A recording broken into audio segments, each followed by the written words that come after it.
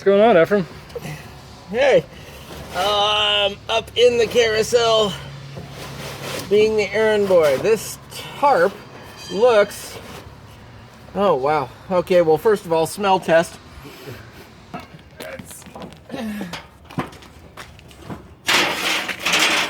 Dan Glass Glandass. in his pipes. Mr. Glass and his blooming pipes. And here it is. We're really hoping that had something in it, but I know, I'm bitterly disappointed. Oh, Jesus, you fuck.